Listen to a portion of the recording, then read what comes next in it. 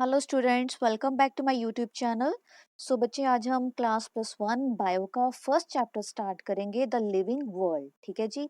The living world means इसमें हम क्या स्टडी करेंगे, जितने भी लिविंग ऑर्गेनिज्म है, चाहे वो प्लांट्स हो, एनिमल्स हो, ह्यूमन बींग्स हो, उनके जर्नल कैरेक्टर्स। राइट।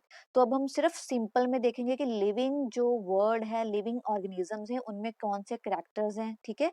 तो let's start with the first, that is growth. अब हम देखेंगे कि लिविंग वर्ल्ड में ग्रोथ की क्या इंपॉर्टेंस है, क्या ये रोल प्ले करेगा। Growth means it is a permanent irreversible change in the size of cell and organ or whole organism, usually increase in dry weight, increase in mass, increase in the number of individual। means कि growth क्या होती है, that is permanent and irreversible। Permanent means अब आप अपने आप में देख लो, जितने भी ह्यूमन बींग्स हैं उनकी जो ग्रोथ है बच्चे, एक सर्टन एज में स्टॉप हो जाती है। ये नहीं है कि हम जितनी हमारी एज हो, जितनी हमारी एज हो, चाहे वो हम बड़े हो जाए, ओल्ड एज एज में भी हम हमारी ग्रोथ ग्रो करेगी, जब हम ग्रो करेंगे, ठीक है, हमारा जो हाइट है इंक्रीज करेगी, साइज इंक्रीज करेगा। ठीक है।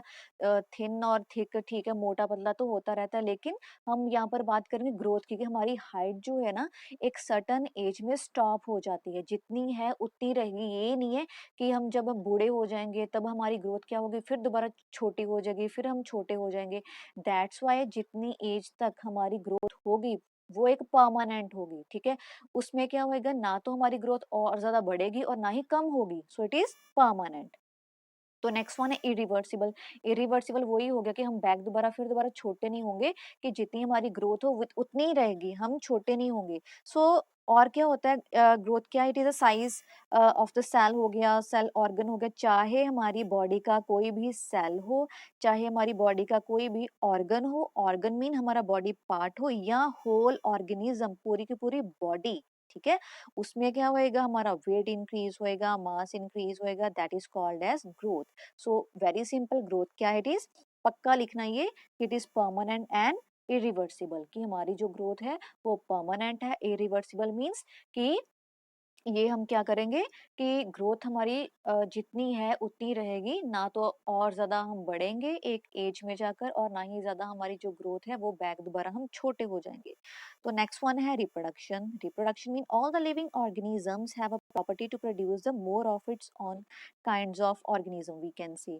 रिप्रोडक्शन क्या है बच्चे, एक ऐसी प्रॉपर्टी है, फिनोमेना है, जिसकी वजह से नए नए ऑर्गेनिज्म पैदा होंगे। फॉर एग्जाम्पल, जैसे आप हो, ठीक है, विद द हेल्प ऑफ आप अपने मदर एंड फादर से ही आप प्रोड्यूस हुए हो ना, लेकिन कौन से प्रोसेस से, रिप्रोडक्शन से। चाहे वो प्लांट्स हो, चाहे वो ह्यूमन बींग्स हो, चाहे वो एनिमल्स हो, रिप्रोडक्शन एक ऐसा प्रोसेस है जिसकी वजह से नए नए ऑर्गेनिज्म की प्रोडक्शन होगी, प्रोड्यूस होंगे। ठीक है। तो नेक्स्ट वन है, reproduction is of two types. कौन सी है, एक asexual reproduction and sexual reproduction. Asexual reproduction means क्या होती है बच्चे, so there is greater differences between asexual reproduction and sexual reproduction। तो sexual reproduction कौन सी होती है, जिसमें दो पेरेंट्स चाहिए, एक मेल एंड एक फीमेल। तो चलो पहले ये वाला स्टार्ट कर लेते हैं, मेल एंड फीमेल वाला, ये वाला सेक्सुअल रिप्रोडक्शन। ठीक है। तो सेक्सुअल रिप्रोडक्शन मींस इसमें किसकी रिक्वायरमेंट है, first of all two parents, male and female, means mother and father. Right. तो अगर दो पेरेंट्स होंगे, ठीक है जी, मेल एंड फीमेल पेरेंट होंगे, तो डेफिनेटली वो उनमें कौन सी, किस चीज की प्रोडक्शन होगी, गमेट्स की प्रोडक्शन होगी। पहले भी आप लोगों ने किया है छोटी क्लास में, +1 में, वी कैन से 9th और 10th क्लास में, सॉरी, कि उसमें आपने किया, गमेट्स के बारे में पढ़ा होगा, कि जो मेल गमीट है वो कौन सा है, स्पर्म, एंड फीमेल गमीट कौन सा है, एग। मेल जो है वो मेल गमीट प्रोड्यूस करेगा, that is sperm, and female जो है फीमेल गमीट प्रोड्यूस करेगी, दैट इज एग। तो जब मेल एंड फीमेल गमीट की फ्यूजन होगी, मीन स्पर्म एंड एग आपस में फ्यूज करेंगे, तब किस चीज की प्रोडक्शन होगी, जाइगोट की। तो लिखा ना यहाँ पर, fusion of, which is small, एक ऐसा है, fusion of two gamete to form a zygote is called as a sexual reproduction। means कि जब मेल एंड फीमेल गैमेट्स की जो फ्यूजन होगी आपस में, तब किसकी प्रोडक्शन होगी, जाइगोट की। सपोज ये हो गया मेल वाला गैमेट और ये हो गया फीमेल वाला गैमेट। जब दोनों आपस में फ्यूज के, कौन सा गैमेट, मेल का स्पर्म, एंड फीमेल का गैमेट कौन सा है, ओवम और एग। चाहे ओवम बोलो, ओवा बोलो, या एग बोल लो। जब स्पर्म एंड ओवम आपस में फ्यूज करेंगे, तब किसकी प्रोडक्शन होगी बच्चे, जाइगोट की। ठीक है जी। तो इतना ही आप पहले इतना ही समझना कि sexual reproduction in which there is involvement of two parents, that is male and female, and there will be a fusion of two gametes, that is male gamete is sperm and female gamete is ovum, and after the fusion of two gametes there will be a production of zygote. So this is called as a sexual reproduction, right? So next one है asexual reproduction.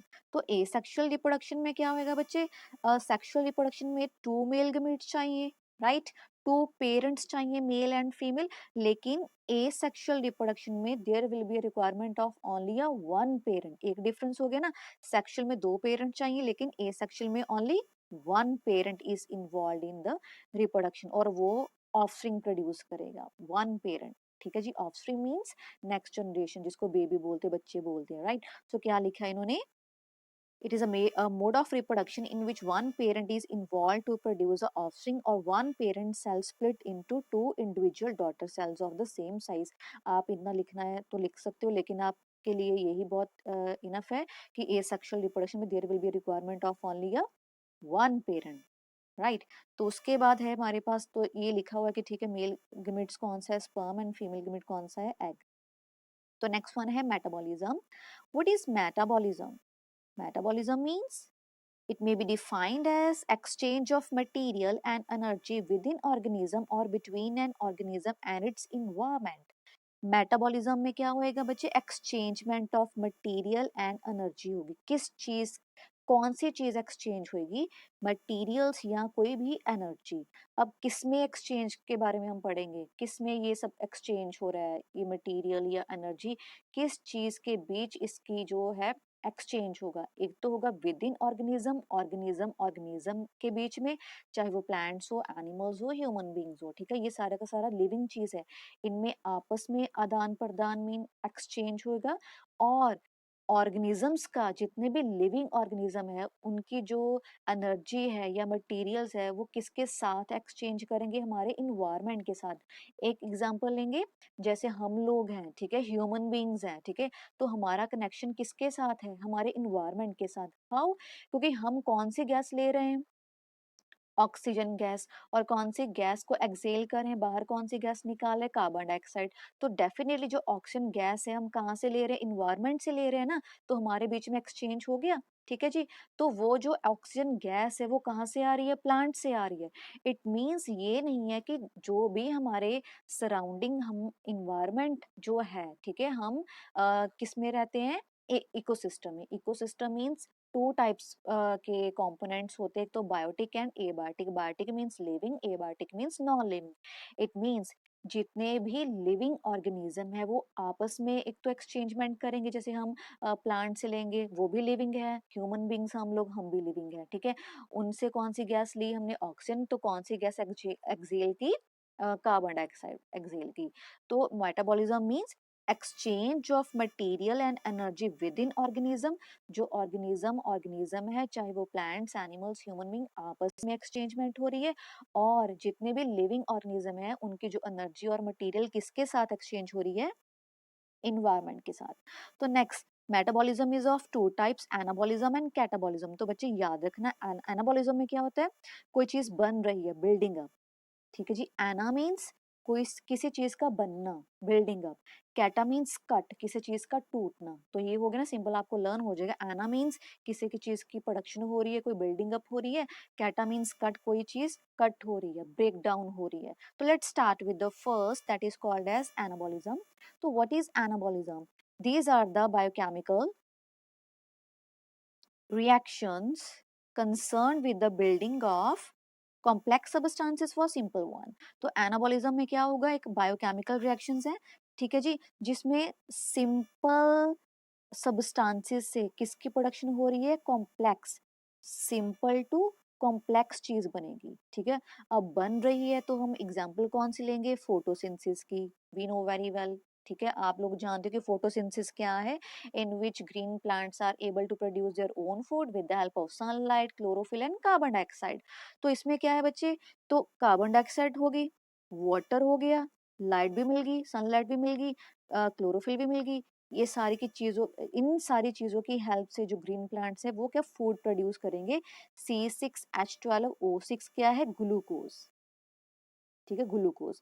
तो glucose की production होगी, ठीक है जी, carbon dioxide, water, light, chlorophyll की वजह से, ठीक है जी। ग्रीन प्लांट्स क्या करेंगे, अपना फूड खुद तैयार करेंगे, प्रिपेयर करेंगे, दैट इज किस फॉर्म में, ग्लूकोज की फॉर्म में। और कौन सी गैस रिलीज हो रही है बाहर, O2, एंड क्या रिलीज हो रहा है, वाटर, बच्चे 6 मॉलिक्यूल्स ऑफ वाटर। ये हो गया। तो ये हो गया anabolism. Anabolism means building up, किसी चीज का बनना, तो ये बन रहा है। तो कैटाबॉलिज्म मींस किसी चीज का ब्रेक डाउन होना। तो क्या लिखेंगे, these are the biochemical reaction concern mainly with the break down of complex substances into simple ones. अब कैटाबॉलिज्म में क्या होगा, जो कॉम्प्लेक्स चीज बनी है वो किस में ब्रेक डाउन होगी, सिंपल वन में। तो डिफरेंस हो गया ना, एनाबॉलिज्म में क्या हो रहा है, simple to complex, and catabolism में कॉम्प्लेक्स टू सिंपल। कोई चीज टूट रही है तो फोटोसिंथेसिस की एग्जांपल लेंगे। तो जो देखो ये वाला हमारे पास किसकी प्रोडक्शन हो रही थी इन केस ऑफ एनाबॉलिज्म में, ये C6H12O6 ग्लूकोज बन रहा था, 6 मॉलिक्यूल्स ऑफ ऑक्सीजन, ठीक है। तो एंजाइम की हेल्प से ये ब्रेक डाउन हो गया। तो ब्रेक डाउन होकर कौन सी गैस रिलीज कर रहा है, ये 6 molecules of carbon dioxide, water and energy release हो रही है। तो very simple, anabolism and catabolism में दोनों में हमने फोटोसिंथेसिस की example Lee.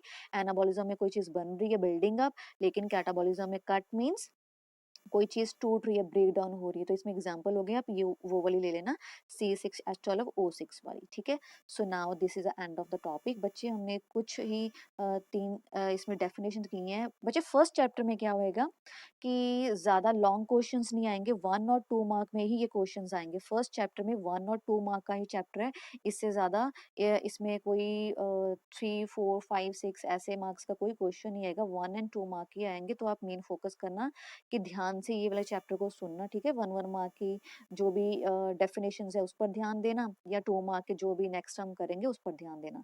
So now this is the end of the lecture. Thank you.